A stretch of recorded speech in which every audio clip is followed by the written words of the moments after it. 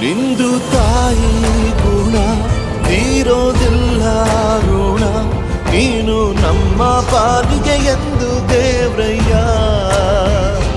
ತಾನು ನೋವಾಲಿ ಜೀವ ನೀಡೋ ಮಗ, ನಿನ್ನ ಪಡ್ಕೊಂಡಿದ್ದೆ ಪುಣ್ಯ ಗಣಯ್ಯ.